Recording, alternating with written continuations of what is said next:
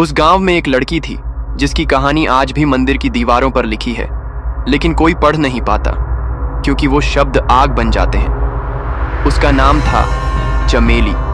वो दिखती साधारण थी, पर उसकी आत्मा में एक जादू था। किसी आम माँ बाप की संतान नहीं थी।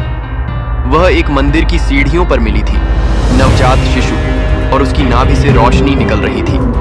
गांव के पुजारी ने कहा, यह कोई साधारण कन्या नहीं, यह वेद रक्षिता है। इसके शरीर को 100 बार भी भोगा जाए, यह शुद्ध रहेगी। इसकी आत्मा शरीर से ऊपर है। चमेली बड़ी हुई, सुंदरता में अनुपम, और उसके आकर्षण से कोई बच नहीं पाता। लेकिन हर पुरुष जो उसके पास आया, सचमुच उसके साथ संबंध बनाया, मगर फिर सुबह उठते ही उसकी यादें धुंधली हो जाती।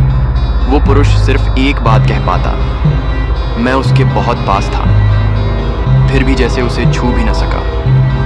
हर बार देह का मिलन हुआ, लेकिन चमेली की काया में कोई परिवर्तन नहीं हुआ।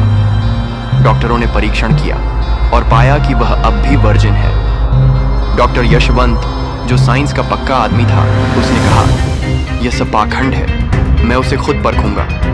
उसने चमेली से शादी की। 7 रातें साथ रहीं। हर रात उसने शरीर से उसे पाया, लेकिन हर सुबह उसे लगता जैसे वह सपने में था।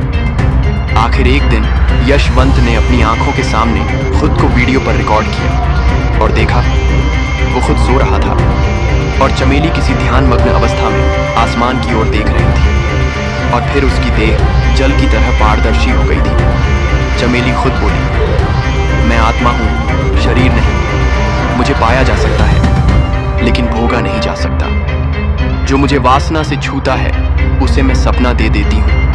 जो मुझे प्रेम से देखता है, उसे मैं मुक्ति दे देती हूँ। आखिर में एक तांत्रिक आया, जिसने कहा, मैं तंत्र से तुझे जकड़ूंगा, तू बच नहीं पाएगी। उसने यंत्र तंत्र से चमेली को बांधा और रात में उसका बलात्कार करने की कोशिश की, लेकिन उस रात उसका शरीर राख बन गया। चमेली ने उसकी ओर देखा और कहा, तू शरीर चाहता था, लेकिन मैं सिर्फ प्रकाश हूँ। जो अंधेरे से मुझे छूता है, वो जल जाता है। लोग कहते हैं कि चमेली की आत्मा हिमालय के किसी आश्रम में है, और अगर कोई उसकी आंखों में आंख डालकर सच्चे प्रेम से देख ले, तो उसे देह से परे प्रेम का अनुभव होता है।